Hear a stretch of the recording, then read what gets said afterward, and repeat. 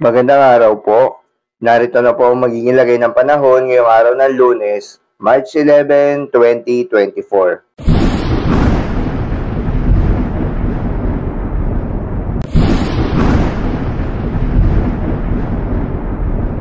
Sa kasalukuyan nga at ayon sa pag-asa, patuloy pa ring umiiral itong northeast monsoon o hanging amihan sa bahagi ng northern at central Luzon.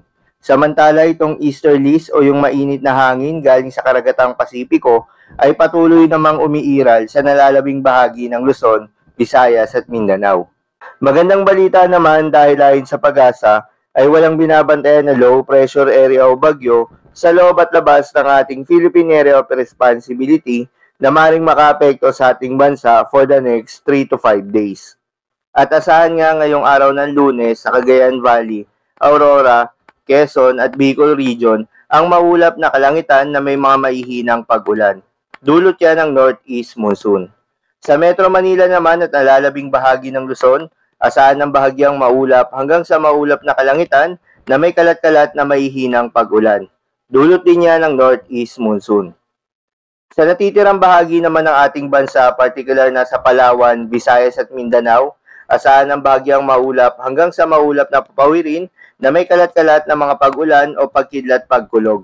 Dulot naman yan ng easterlies at mga localized thunderstorms. Posible ang mga pagbaha o pagguho ng lupa during severe thunderstorms.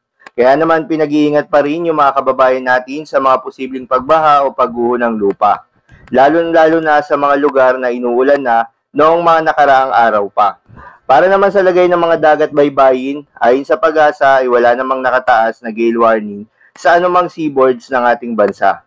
Kaya naman malayang makakapamalaot yung mga kababayan nating mangingisda, maging yung may mga maliliit na sasakyang pandagat.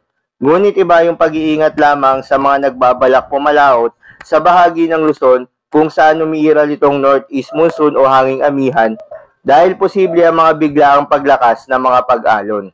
So, yun lamang po para sa lagay ng panahon ngayong araw ng Lunes. Keep safe, everyone.